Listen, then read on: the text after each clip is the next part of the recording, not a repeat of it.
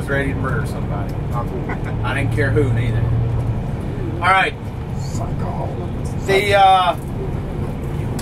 grenade shrapnel in there, the majority of it was actually made by a pick. If you get down and you really pay attention to the shapes that are in the center of that, most of them, at the base of them, they got a shape that's just like that. It's a diamond instead of a pick. The reason that's in there is because it looks good for tourists. Plain and simple.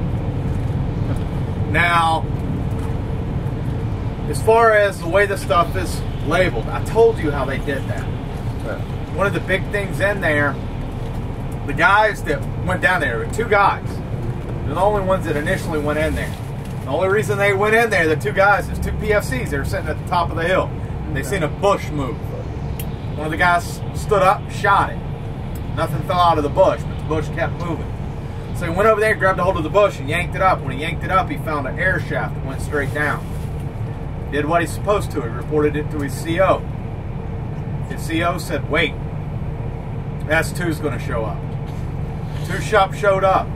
They tied a rope around his waist, gave him a flashlight and a 45, and said, go check it out.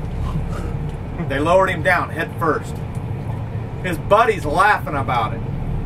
So they tied a rope around his waist, gave him a flashlight and a 45, and lowered him down feet first.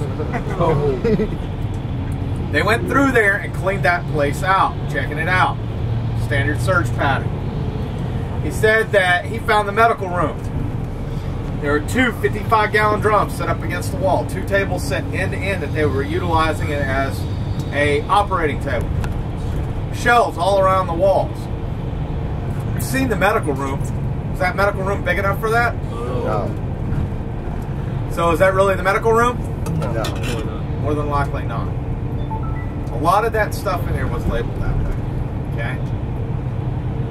Now, just little side bit stuff.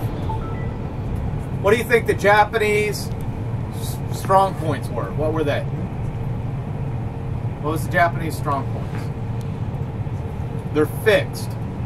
What do you think they are? Mountains, the hills. The hills, the caves, right? How did we knock out the caves? Shore fire, like naval gunfire. Naval gunfire is useless.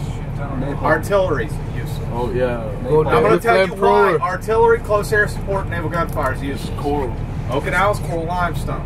It acts as a shock absorber. Who knows what causes the most damage with artillery rounds? Shockwave. Shockwave. The thing about it is, okay, when an artillery round goes off, what happens? Explodes. It explodes, all right? It does operate the same way as a grenade does. When a grenade goes off, it goes out in a sphere, right? When an artillery round detonates, does it go off in a sphere? What does it go off in? Cone, right? That's your cone. That's why they tell you if you get shelled, what are you supposed to do? Hit the deck. Why don't you hit the deck? The majority of that shrapnel is going to travel this way, right? Because it comes up when it blasts, that binks in, and then the blast comes out like this, right? Because your fuse is at the end of it. Usually that's what hits the ground first. The majority of damage caused by artillery rounds are caused by the shockwave, the concussion of the round going off. That's what you try to hit to make things collapse, knock holes and stuff. Because what you're doing is you're putting all that pressure from that shockwave at a central point. So if I fire this way and I hit here, that blast is localized right here, right? It's going to push a hole through it. Okay? But with this coral limestone around here, when it hits, it's not a solid object. It's not like this. A good way to think what the rock around here actually looks like is look at your collar. You see the weave on the collar, right?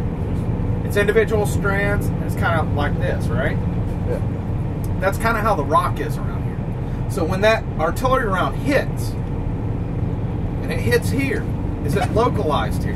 What does it do? It's got all these gaps in here, right? It fills that up. And also it pushes it along those strands, just like in your clothes, right? It pushes along that strand and it makes that shock wave pushed out. That way it's not localized at one point. Same way a bridge works, right? You drive a truck, right?